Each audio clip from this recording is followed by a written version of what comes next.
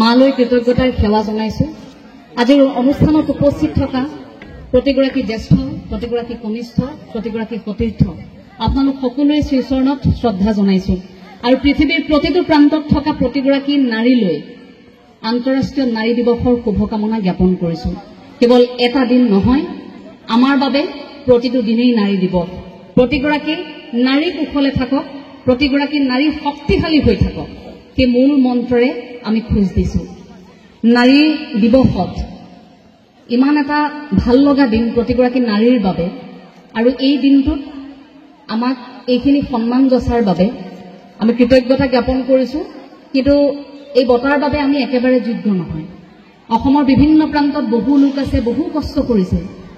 সেইসকল ব্যক্তিৰ তুলনাত, সেইসকল নাৰীৰ তুলনাত বহু অভিজ্ঞ, বহু জ্ঞানী তেনে বহু নাৰী আছে। সেইসকলৰ তুলনাত আমি একেবাৰে কনিষ্ঠ, একেবাৰে অনভিজ্ঞ আৰু খুব সীমিত জ্ঞান থকা এগৰাকী মাত্ৰ যুৱতী।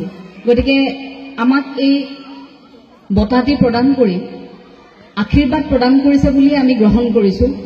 কিন্তু বঁটা বেছিকৈ গ্ৰহণ কৰিবলৈ এতিয়া ভয় লাগে যে ক'ৰবাত কেতিয়াবা এই নাৰী মনটো, ভিতৰত সোমাই থকা মনটো গৌৰৱী হৈ উঠিব নেকি, এই কথাষাৰত অকণমান ভয় লাগে।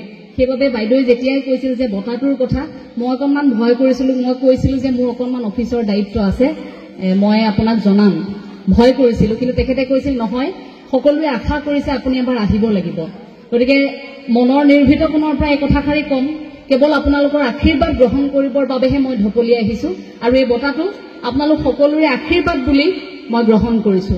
আৰু আশা কৰিম যে এনেধৰণৰ বঁটা আৰু সন্মান আমাক অন্তত কেইটামান দিনৰ বাবে কোনেও দিব নালাগে। কাৰণ কাম কৰিবলৈ এতিয়া বহু সময় আছে। যদি কেতিয়াবা হঠাৎ মনটো অহংকাৰী হৈ যায়, হঠাৎ মনটো গৌৰৱী হৈ যায়, তেতিয়া আকৌ আপোনালোকে আমাক বেয়া পাব নহয়। গতিকে সেইবাবে কাম কৰাৰ এটা পৰিৱেশ অসমত ৰচনা হওক, কাম কৰিব বিচাৰিছো আপোনালোক সকলোৰে সৈতে একেলগে। নাৰী দিৱস, আন্তঃৰাষ্ট্ৰীয় নাৰী দিৱস, এই নাৰী দিৱসৰ মহত্ব কি, প্ৰতিগৰাকী নাৰী আমাৰ জীৱনত কেনেধৰণৰ প্ৰভাৱ আছে, সেয়া আমি নতুনকৈ আলোচনা কৰাৰ হয়তো প্ৰয়োজনেই নাই। কাৰণ প্ৰতি মুহূৰ্তত খোজে খোজে আমি সেয়া অনুভৱ কৰোঁ। প্ৰথম গণসংযোগ হয় আপোনাৰ মাতৃৰ পৰাই। আমি একেবাৰে শিশু অৱস্থাত থাকোঁতে যেতিয়া কান্দিছিলো, আমাৰ আই আমাৰ মুখলৈ চাই গম পাইছিল আমি কিয় কান্দিছো। যদি হাঁহিছিলো, আমাৰ আই আমাৰ মুখলৈ চাই গম পাইছে আমি কিয় হাঁহিছিলো। এতিয়াও ডাঙৰ হোৱাৰ লগে লগে যদি কষ্ট পাওঁ, এটোপাল চকু পানী নোলোৱাকৈও যদি আইৰ সৈতে কথা পাতো, মাতটো শুনিয়ে কৈ দিব পাৰে মোৰ মনৰ ভিতৰৰ বেমাৰটো কি। সেইগৰাকীয়ে নাৰী।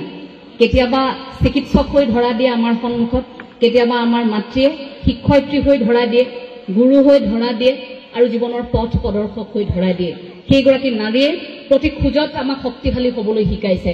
গতিকে পৃথিৱীৰ প্ৰতিটো প্ৰান্তত থকা প্ৰতিগৰাকী আই কুশলে থাকক, মানসিকভাৱে শক্তিশালী হৈ থাকক। আমি ভাবো যে প্ৰতিগৰাকী নাৰীৰ মাজত অন্তত এই দুটা খোজ থাকিব লাগে।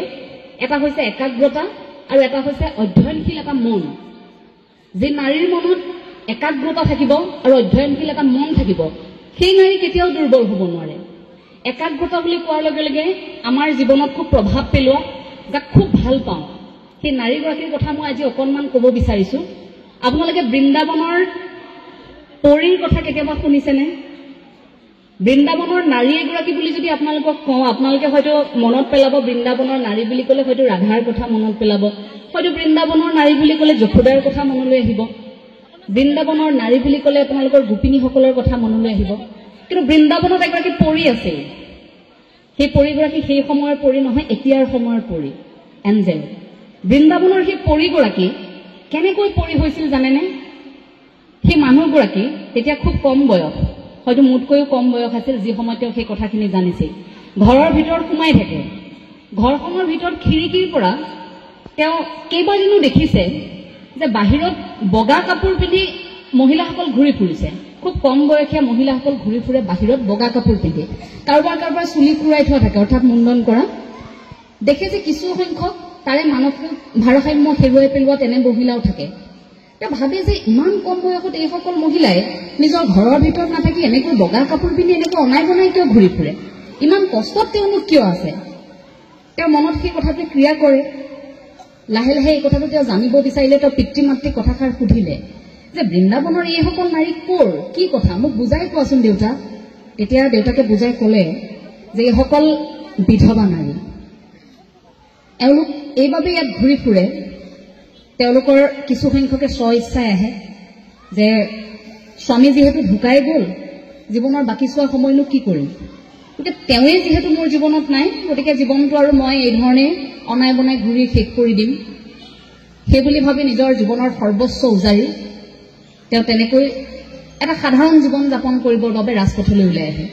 তাৰ মাজৰ কিছু এনেকুৱাও থাকে যিসকলক স্বামী পৰিয়ালে মৃত্যু হোৱাৰ পাছত, তেওঁলোকৰ পুত্ৰ মৃত্যু হোৱাৰ পাছত বোৱাৰীয়েকক নাৰাখে, যে আমি ল'ৰাহে নাই এতিয়া, বোৱাৰীক আকৌ কিয় পোহপাল দি ৰাখিম, গতিকে ঘৰৰ পৰা উলিয়াই দিয়ে।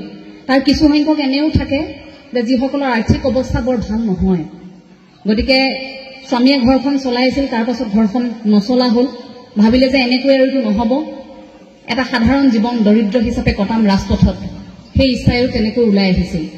আৰু তেনেকৈ থাকোঁতে থাকোঁতে অনাই বনাই ঘূৰি ঘূৰি কেতিয়াবা ক'ৰবাত পৰিছে, দুখ পাইছে, বেমাৰ হৈছে, আৰু তাতেই পৰি তাতেই মৃত্যু হৈছিল। আটাইতকৈ বেয়া লগা কথা সেই মহিলাগৰাকীয়ে, যিগৰাকীক বৃন্দাবনৰ পৰী বুলি কোৱা হয়, সেই মহিলাগৰাকীয়ে গৱেষণা কৰিবলৈ আৰম্ভ কৰিলে যে এইটো হয় কিয়। গৱেষণা কৰি শেষত তেওঁ গোটেই কথাবোৰ যেতিয়া জানিবলৈ আৰম্ভ কৰিলে যে এনেকৈ অকল কেইগৰাকী মানেই নহয়, বহু আছে যাৰ মৃত্যুৰ সময়ত আনকি মৃতদেহটো সৎকাৰো কৰা নহয়, ভালকৈ মৃতদেহটো সৎকাৰো কৰা নহয়। তো সেই কথাটোৱে মহিলাগৰাকীৰ মনত বহুত ক্ৰিয়া কৰিলে। লাহে লাহে বৃন্দাবনৰ সেই পৰীগৰাকী বিবাহ পাশত আবদ্ধ হ'ল, আৰু বিবাহ পাশত আবদ্ধ হোৱাৰ পাছতে প্ৰথম তেওঁ স্বামীক কৈছে, মই যিহেতু চাকৰি কৰিলোঁ, এতিয়া কিন্তু মই মোৰ মনৰ কাম এটা কৰিম, আপোনালোকে সহযোগিতা কৰিব লাগিব। তাৰ পাছত ক'লে যে বৃন্দাবনত যিমান বিধৱা নাৰী আছে, যিমান অনাই বনাই এনেকৈ ঘূৰি ফুৰা লোক আছে, যিমান অবলা নাৰী আছে, যিমান দৰিদ্ৰ নাৰী আছে, এইসকল নাৰীক মই অন্তত মৃত্যুৰ সময়খিনিত তেওঁলোকৰ মৃতদেহ মই সৎকাৰ কৰিব বিচাৰোঁ, মই সেই পৰম্পৰা পালন কৰিব বিচাৰোঁ, মই কৰিম গোটেইখিনি। অন্তত মৃত্যুৰ সময়ত আমি যে মনুষ্যৰ জন্মটো লৈছোঁ, এদিন যাবগৈ লাগিব পৃথিৱীৰ পৰা, সেই যোৱাৰ সময়খিনিত কোনো নথকা, পৰিয়াল নথকা, অঙহী বঙহী নথকা সেইসকলক অন্তত যোৱাৰ সময়ত মই অকণমান শ্ৰদ্ধাৰে বিদায় দিম এই পৃথিৱীৰ পৰা। কোনেও তেওঁক সহায় কৰা নাছিল, কিন্তু লাহে লাহে লাহে লাহে এনেকুৱা হ'ল, তেওঁ অকলেই আৰম্ভ কৰিলে।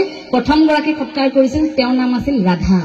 ৰাধা নামৰ এগৰাকী বিধৱাক তেওঁ প্ৰথমে সৎকাৰ কৰিলে, আৰু লাহে লাহে লাহে লাহে খবৰটো ইমান বিয়পি পৰিল যে চৌদিশে যেতিয়াই কোনো অবলা নাৰী কোনো লোকে দেখে ক'ৰবাত পৰি থকা, প্ৰথমেই যোগাযোগ কৰে বৃন্দাবনৰ পৰীগৰাকীৰ সৈতে যে আমি তেখেতক খবৰ দিওঁ।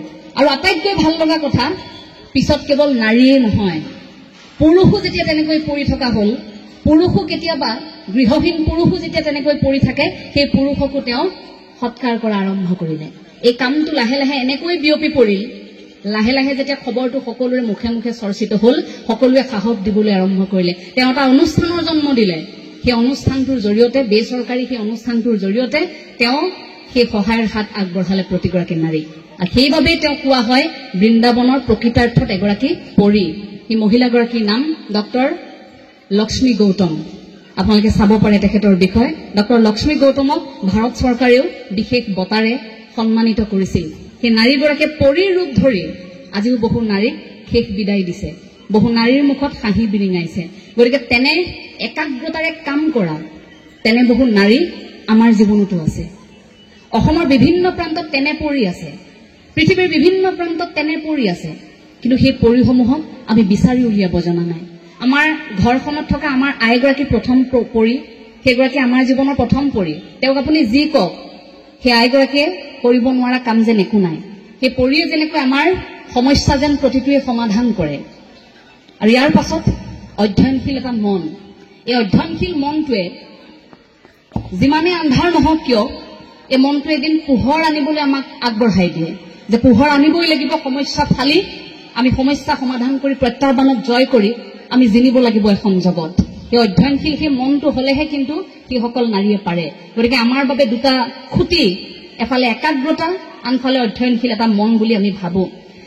বহুতে এই কথাটোও কৈ থাকে যে নাৰী দিৱসটো উদযাপন কৰাৰ লগে লগে অকণমান আমি নিজকে সংৰক্ষিত, আমি অকণমান নাৰীবাদৰ কথাটোত বেছি গুৰুত্ব আৰোপ কৰোঁ। অৰ্থাৎ আমি ভাবি থাকোঁ প্ৰতিযোগিতাখন কিবাকৈ আমাৰ পুৰুষৰ লগত নেকি। এই প্ৰশ্নটো কেতিয়াবা প্ৰতিগৰাকী নাৰীয়ে কৰিবচোন। আমাৰ প্ৰতিযোগিতাখন পুৰুষৰ লগত নহয়, নাৰীৰ প্ৰতিযোগিতা পুৰুষৰ লগত নহয়, নাৰীৰ প্ৰতিযোগিতা নিজৰ লগত, নাৰীৰ প্ৰতিযোগিতা নাৰীৰ লগতে, কোনো পুৰুষ আমাৰ প্ৰতিদ্বন্দ্বী নহয়। আমি ভাবো আন্তঃৰাষ্ট্ৰীয় নাৰী দিৱসটো কেৱল নাৰীয়ে কিয়, পুৰুষে উদযাপন আমাক কৰিব লাগে, হয়নে? আপুনি ঘৰখনৰ পৰা ওলাই আহোঁতে প্ৰথম শুভেচ্ছা বাৰ্তাটো আপোনাৰ দেউতাই, আপোনাৰ স্বামীয়ে, আপোনাৰ ভাতৃয়ে যদি দিয়ে, সেইখন ঘৰত আপোনাৰ আপুনি মুখত এটা হাঁহি বিৰিঙি আহিব। গতিকে এইটো ভাবি থাকিলেই নহ'ব যে আমি নাৰী হৈছো, আমি সংৰক্ষণত থাকিম, নাৰী আমি এইটো পাবই লাগিব, আমি খুব যে আলসুৱা হৈ যে আমি ডিমাণ্ড কৰোঁ, দাবী যে আমি কৰোঁ, সেই কথাটোত আমি মনটো এনেকৈ শক্তিশালী কৰিব লাগিব প্ৰতিগৰাকী নাৰীয়ে যে নালাগে। মোৰ বাবে যদি কেতিয়াবা সংৰক্ষিত আসনখন দেখিছো ইয়াত নাৰী বহিব, কিন্তু মই দেখিছো যে জ্যেষ্ঠ এগৰাকী থিয় হৈ আছে, মই ক'ব পৰা সাহসটো থাকিব লাগিব যে আপুনি বহকচোন বাৰু। দুটা শাৰী আছে, আমি কেতিয়াও সেই ঠেলা হেঁচা কৰি সেই শাৰীটোত ক'বগৈ নালাগে যে লেডিজ ফাৰ্ষ্ট, দিয়ক আমাক যাবলৈ দিয়ক, আমি মহিলা। কিয় ক'ব লাগে? আমি থিয় হৈ থাকিব পৰাটো শক্তি আছে। আমি সম অধিকাৰ পোৱা নাই নেকি?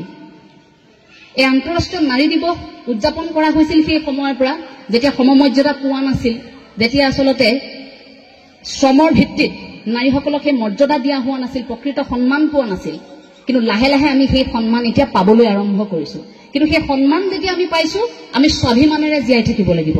আমি অতি নাৰীবাদ হিচাপে নিজৰ জীৱনত এটা টেগ লগাই ঘূৰি ফুৰাটো আমি ভাবো কেতিয়াবা আমাক দুৰ্বলহে কৰে। গতিকে সেই অতি নাৰীবাদী কথাটোৰ পৰা আঁতৰি আহি প্ৰথমে আমি সেই আমাৰ যে প্ৰতিযোগিতাটো পুৰুষৰ সৈতে নহয়, আমাৰ নিজৰ সৈতে, এই ধাৰণাটো লৈ আমি প্ৰতিগৰাকী মানুহ হোৱাৰ যুঁজত নামিব লাগে। আমাৰ মাত্ৰ এটাই চিনাকি থাকিব লাগে, মোৰ নাৰী পুৰুষৰ চিনাকিটো নহয়, মোৰ চিনাকিটো এজন মানুহৰ, আৰু ভাল মানুহ হোৱাৰ আখৰাত আপুনি মই গৈ আছো। আমি দুৰ্বল নাৰী হোৱাৰ আখৰাত গৈ থকা নাই। গতিকে এই কথাটো আমি ভাবো যে প্ৰতিযোগিতা কেতিয়াও আমাৰ পুৰুষৰ সৈতে হ'বই নোৱাৰে। এই প্ৰতিযোগিতাখন আকৌ জয় কৰোঁ বুলি ভাবে বহু নাৰীয়ে। আচৰিত হওঁ কেতিয়াবা যে বহু নাৰীয়ে এইটোও ভাবে যে কেতিয়াবা যদি এজন পুৰুষক বিবাহৰ পাছত যদি নিজৰ হাতৰ মুঠিত কৰিব পাৰিলে, তেন্তে কিছু নাৰী এইটোও ভাবে যে মই জয়ী হলো, কাৰণ তেওঁ মোৰ হাতৰ মুঠিত আছে। কোনোবাই কুটবুদ্ধিও দিয়ে যে যি হওক তই তেওঁ মানুহজনক হাতৰ মুঠিত ৰাখ, নালাগে মা দেউতাৰ লগত কাইলৈ ওলাই আহ, মানুহজনক হাতৰ মুঠিত ৰাখ, চাবি চব ঠিক হ'ব। এই যে কথাবোৰ, এইবোৰ সৰু সৰু কথা নহয় জানো? আমিতো শুনি আহিছো সদায় ঘৰখনত, প্ৰায় আমি শুনি থাকো। বিয়া বাৰু হলে আপুনি শুনিবই, বিভিন্ন সময়ত এইখিনি কথা আলোচনা হয়। সেইবাবে মহিলাসকলৰ মনত সেইটো সোমাই গ'ল, এই কথাটো ধাৰণা হৈ গ'ল যে পুৰুষজনক হাতত ৰাখিব পৰাটো এখন যুঁজ বুলি ভাবে, সেইখনত জয়ী হলো বুলি ভাবে, পুৰুষক হাতৰ মুঠিত ৰাখিব পৰাটো। কিন্তু প্ৰকৃতাৰ্থত সেইটো নহয়। কোনো পুৰুষক আপুনি হাতৰ মুঠিত ৰাখিব নোৱাৰে। ইচ্ছা কৰিলে আপুনি সমাজ গঢ়িবও পাৰে, ইচ্ছা কৰিলে আপুনি সমাজ ভাঙিবও পাৰে, ইচ্ছা কৰিলে আপুনি আপোনাৰ ঘৰখন সজাবও পাৰে, সেইখন ঘৰ আপুনি আকৌ ভাঙিবও পাৰে। ইমান শক্তি নাৰীৰ মাজত আছে। গতিকে সেই শক্তি নাৰীয়ে বিচাৰি উলিয়ালেই হ'ল। কোনো প্ৰয়োজন নাই কোনো পুৰুষক হাতৰ মুঠিত ৰাখি তেওঁক মোৰ মতে পৰিচালিত কৰিম বুলি এই ধাৰণাটো অহাৰ। কাম কৰিব লাগিব আমি সৎ মনেৰে। গতিকে সেই মনটোৰ বাবে আমি আগবাঢ়িব লাগিব।